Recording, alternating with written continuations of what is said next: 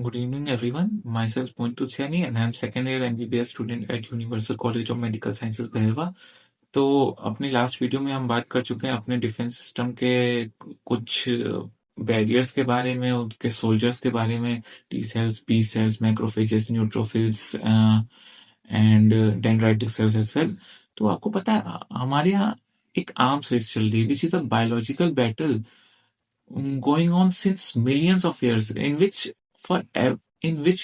for every weapon our body develops, these pathogens like bacteria, viruses evolve a new shield for it.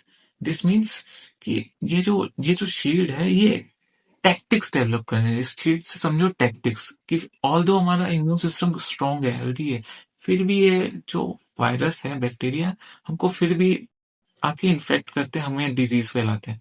तो ये tactics कौन कौन सी हैं? तीन इंपॉर्टेंट टैक्टिक्स हैं। Camouflage, which is like wolf wearing sheep skin। दूसरा है mutation meaning change in the codes.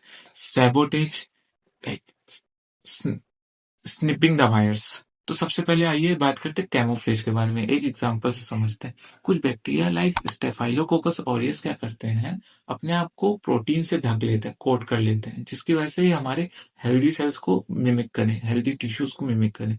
Macrophages इन्हीं बैक्टीरिया को इसकी वजह से पहचान नहीं पाते, इनको हमारा नॉर्मल सिविलियन समझते हैं और इनको मारते नहीं है। इसी वजह से इन बैक्टीरिया को काफी ज्यादा टाइम मिल जाता है अपनी कॉलोनी को एक्सपेंड करने का।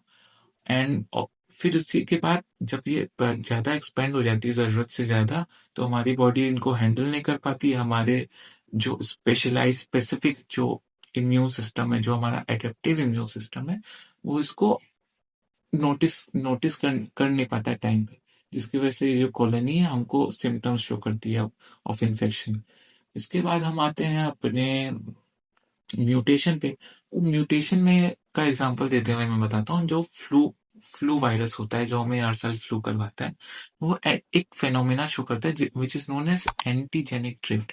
इसमें क्या होता है, ये अपने आउटर कोट को थोड़ा थोड़ा हर साल चेंज करता है, जिसकी वजह से जो हमारे पुराने पिछले साल के immuno immunological memory B cells हैं, ये वो एंटीबॉडीज बना नहीं पाते जो इस पे लॉक इन कर सकें। वो तो पिछले साल के फ्लू वायरस की तरह है ना। अब ये जो नया वाला फ्लू वायरस है, इसकी प्लास्टिक सर्जरी हो चुकी है, तो इसके लिए वो स्पेसिफिक एंटीबॉडीज बना नहीं पाते हैं। ठीक है, तो ऑल्दो ये हमको इसी वजह से ही हमको फ्लू करवा पाता है। फिर बाद में हम लोग हमारे जो टी सेल्स हैं इसको स्ट्रेटेजी नहीं बनाते हैं, नई एंटीबॉडीज बनती हैं इसके अगेंस्ट। ठीक है, तो ये सिलसिला चलता रहता है।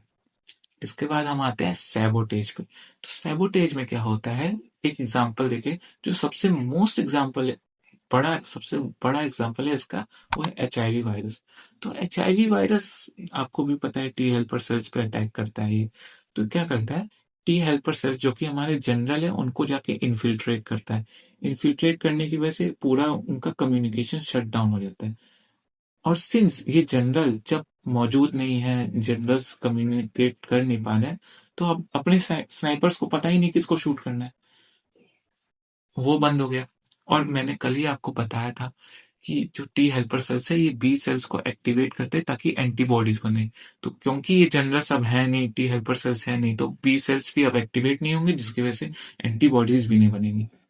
तो इसकी वजह से आप समझ लीजिए, ये जो टैक्टिक्स हैं, ये एक हिसाब से आपके इम्यून सिस्टम को अंदर से डिसमेंटल कर देनी है, या like they are dismantling the system from inside, not overpowering the ball. ये अंदर से बस डिसमेंटल कर दिए, बाहर से ये ओवर पावर नहीं कर रहे। ठीक है, ये हो गया आपके टैक्टिक्स के बारे में। हम बात कर चुके हैं, काफी बात की है हमने कि हमको बाहर के पैथोजन से क्या क्या नुकसान है, लेकिन कुछ तो घर के भी भेदी होंगे। फॉर एग्जाम्पल, जो आपके कैंसर के बारे में बात करते हैं, तो कैंसर में क्या होता है, हमारे जो बॉडी के हेल्दी सेल्स होते हैं वो रोग स्टेट में चले जाते हैं, और वो हमारे बॉडी के जो नेचुरल लॉज हैं उनको फॉलो नहीं करते हैं। वो हमारे बॉडीज के रिसोर्सेस को लेते चूसते हैं, लेते जाते हैं और ओवर ग्रो करने लगते हैं। तो इसको रोकने के लिए हमारी बॉडी के पास कुछ स्पेशलाइज्ड सेल्स होते हैं कॉल्ड नेचुरल किलर सेल्स। ये क्या करते हैं, ये मान लीजिए आपके आईडी कार्ड चेकर की तरह है। ये क्या करते हैं, आपके बॉडी के कुछ सेल्स के पास कुछ आईडी कार्ड्स होते हैं which is known as MHC1 proteins.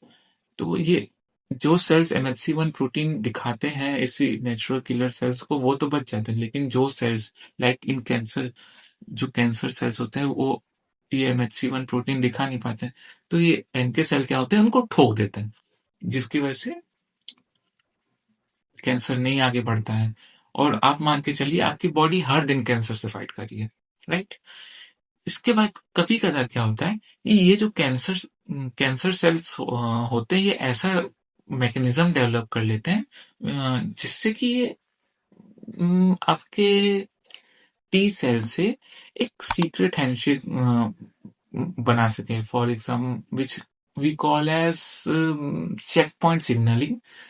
इसमें क्या होता है, ये कुछ जब टी सेल्स पे अटैक करते हैं और ये चेक पॉइंट सिग्नल्स रिलीज करते हैं विच आर PD-L1 लिगेंड्स, जिसकी वजह से आपके टी सेल्स इनको समझते हैं, अरे ये जो कैंसर सेल्स हैं इनको फ्रेंडली समझने लगते हैं और कुछ अटैक नहीं करते हैं। और यही जो PD-L1 लाइगेंड्स हैं, ये आपके एनके एनके सेल्स को भी, नेचुरल किलर सेल्स को भी सुला देते हैं, उनको भी इनिबिट करते हैं, जिसकी वजह से आपका कैंसर फिर फैलने लगता है और बड़ा होता है, ट्यूमर बनाता है, राइट।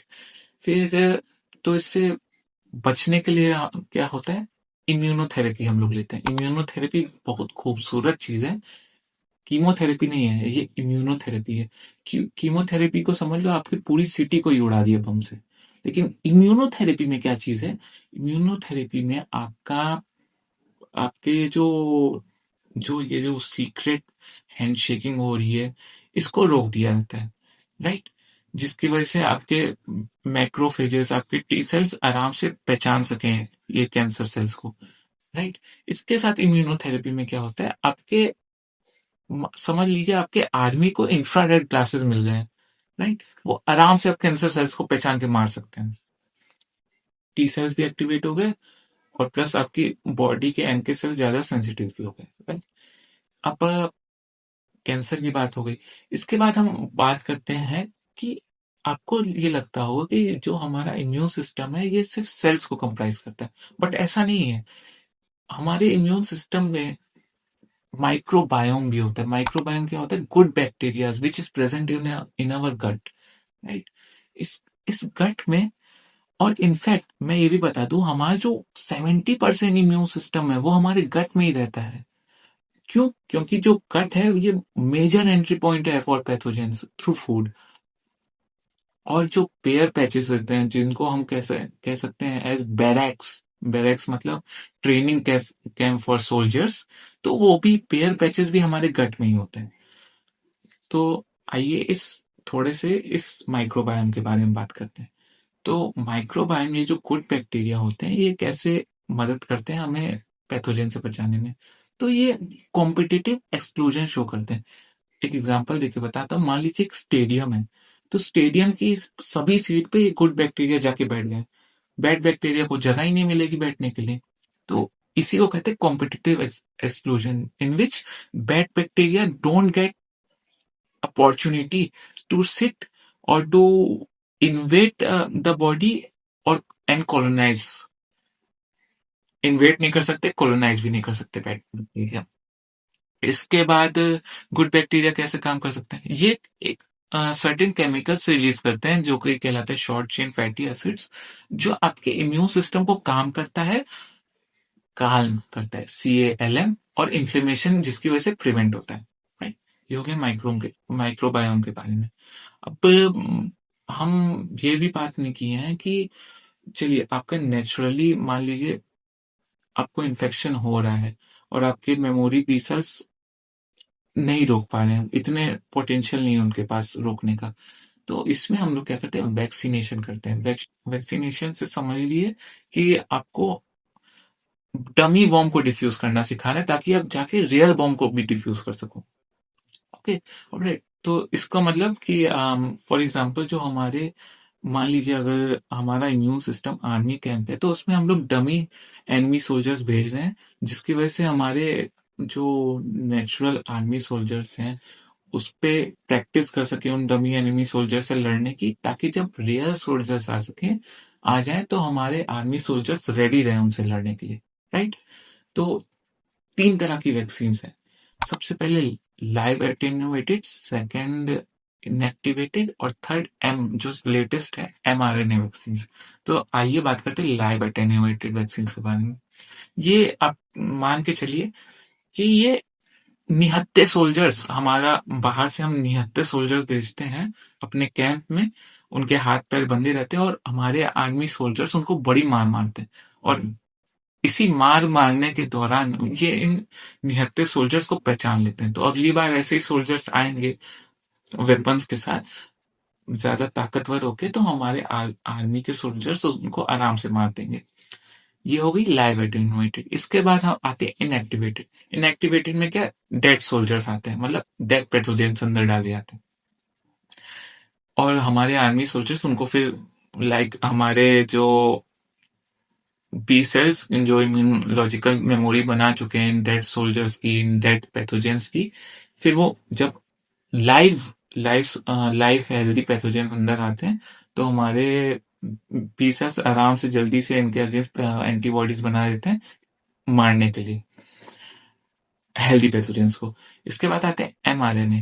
mRNA वैक्सीन क्या होती है, इसमें मान लीजिए हम लोग अपने आर्मी कैंप को ईमेल के थ्रू यूनिफॉर्म का ब्लूप्रिंट भेज रहे हैं, और फिर क्या करती है वही जो हमारी बॉडी है हमारा, जिसको हमने ईमेल के थ्रू यूनिफॉर्म का ब्लूप्रिंट भेजा है, ये डमी सोल्जर्स बनाती है, और ये जो डमी सोल्जर्स बनाती है उन पे प्रैक्टिस करती है। इन डमी सोल्जर्स के पास सेम यूनिफॉर्म रहती है, उन पे प्रैक्टिस करती है और स्ट्रेटेजी बनाती है कि जब अगली बार ये स्पेसिफिक यूनिफॉर्म वाला हेल्दी पैथोजन अंदर आए तो उस पे हमको कैसे अटैक अपना स्ट्रेटेजाइज करना है। राइट। इसी वैक्सीनेशन में हम एक टॉपिक पढ़ते हैं, हर्ड इम्यूनिटी।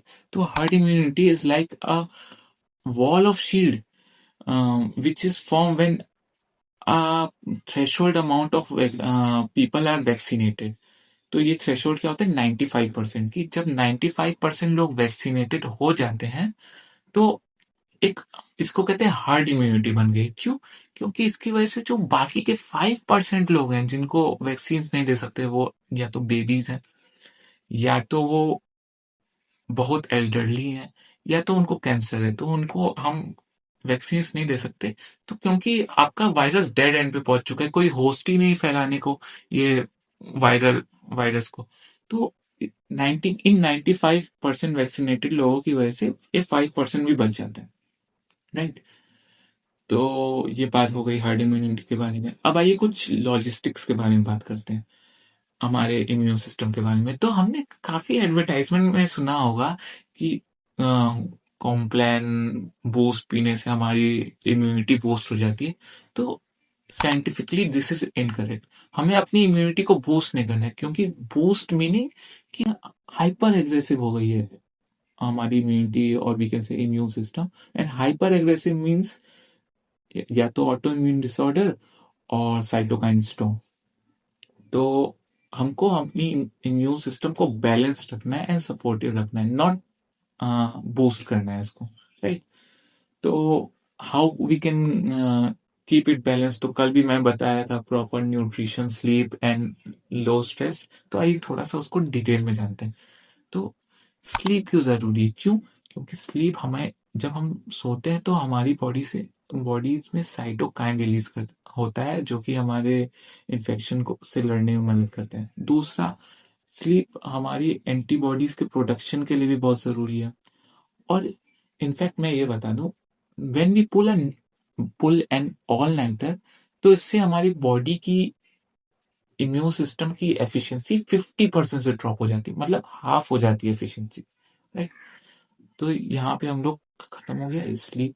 इसके बाद क्यों प्रॉपर, हाँ, क्यों लो स्ट्रेस की जरूरत है? क्योंकि during stress an hormone is release called cortisol. तो कॉर्टिसोल क्या करता है, जब हमारी बॉडी में कॉर्टिसोल होता है तो ये ऑर्डर करता है हमारी बॉडी को कि एनर्जी को बचाओ फॉर फाइट एंड फ्लाइट, और हमारे इम्यून सिस्टम को थोड़ी देर के लिए साइड लाइन कर दो, तो हमारी जो एनर्जी होती है फाइट एंड फ्लाइट के लिए यूज होने लगती है, और इम्यून सिस्टम क्योंकि साइड लाइन हो जाता है तो एक तरह से वो सप्रेस होने लगती है हमारी इम्यूनिटी। ठीक है। इसके बाद हम आते हैं प्रॉपर न्यूट्रिशन। तो प्रॉपर न्यूट्रिशन में जिंक, मल्टीविटामिन। तो जिंक क्यों जरूरी है? क्योंकि जिंक आपके टी सेल्स के प्रोडक्शन में मदद करता है, ये रॉ मटेरियल होता है टी सेल्स का। And vitamin D, vitamin C क्यों जरूरी जरूरी है? क्योंकि ये आपके, मान लीजिए ये इंजन स्टार्टर की तरह है। जैसे मान लीजिए आपका इम्यून सिस्टम एक कार है, तो विटामिन डी उस कार के इंजन को स्टार्ट करने में हेल्प करता है, मतलब ये इम्यूनिटी को एक किक स्टार्ट देता है, राइट। तो एक एक और चीज मैं बता दूं, एक होक्स है कि हम लोग ज्यादा विटामिन सप्लीमेंट्स लेंगे तो हमारी इम्यूनिटी को बूस्ट मिल जाएगा, सुपर इम्यून हो जाएंगे। तो ऐसा कुछ नहीं है, कोई सुपर इम्यून नहीं होता है। आपको हमेशा सप्लीमेंट्स टेस्ट करने के बाद ही लेना चाहिए। प्रेफर ये करना चाहिए कि टेस्ट करने के बाद ही लो। इससे क्या होता है कि पैसे वेस्ट कम होंगे, और आप ये भी समझो कि आप एक्स्ट्रा, इवन जब आप डेफिशिएंट नहीं हो विटामिन में और फिर भी आप विटामिन डी ले रहे हो एक्स्ट्रा, तो वो वेस्ट हो जा रहा है, वो आपकी यूरिन में पी आउट हो जा रहा है, राइट। तो बस एक बार मैं समराइज कर दूं। आज हम वो आर्म्स रेस के बारे में पढ़े हैं, 3 टैक्टिक्स जाने, कैमोफ्लेज, सैबोटेज, म्यूटेशन। हमने एनके सेल्स के बारे में पढ़ा, कैंसर को कैसे रोकता है। हमने माइक्रोबायोम के बारे में पढ़ा। हमने वैक्सीन के बारे में जाना, कौन सी टाइप की वैक्सीन होती है। हर्ड इम्यूनिटी के बारे में जाना। एंड आज फिर से हमने एक बैलेंस इम्यूनिटी को कैसे मेंटेन करते हैं उसके बारे में थोड़ा और डिटेल में बात की है। तो आज के लिए बस इतना ही।